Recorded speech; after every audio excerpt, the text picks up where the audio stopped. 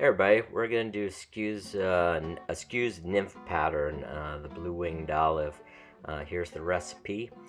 Down-eyed round bend hook, hot orange. Hackle's a dark blue hen, dark dun.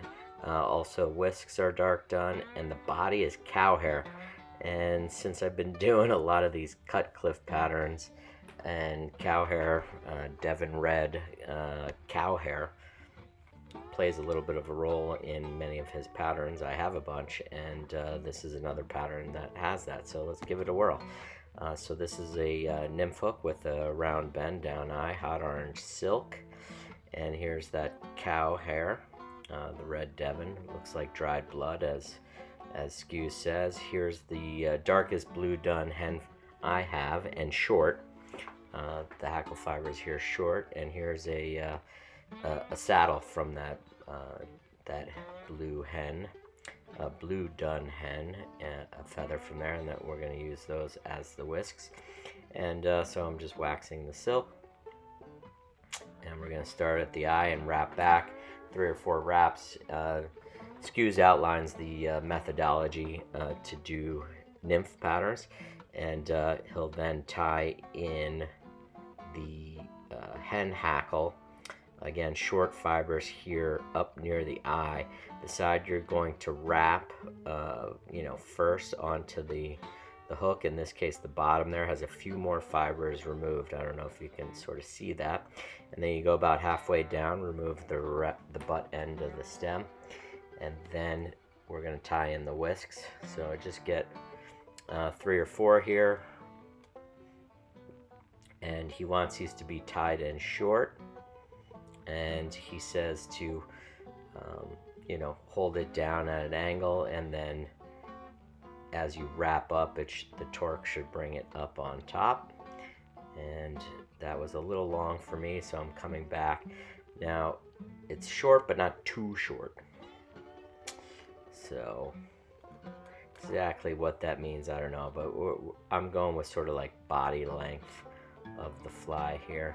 Just a little more wax to prepare for dubbing, and I'm going to dub on this cow hair now. The staple for the cow hair is very long, or some of them are very long, so you'll see me doing a lot of trimming here just to try and get things out of the way as I go. It's a super buggy dubbing material, and Skues says that this nymph should not be tapered. It's fat throughout. And exactly why this pattern works, he also says he has no idea. It seems to just work, and seems to be something they take more at night. So I'm not really tapering there. I'm trying to get hair all over the place and fat from the tail end all the way up through to the thorax, and just make it a fat little bug.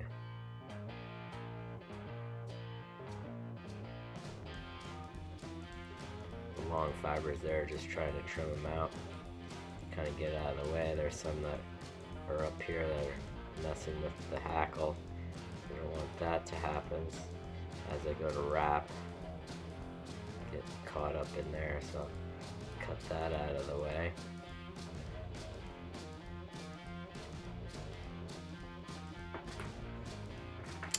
Then I'm going to hook hackle pliers on here, and we're going to do at most 2 turns. I think I do 2 turns here.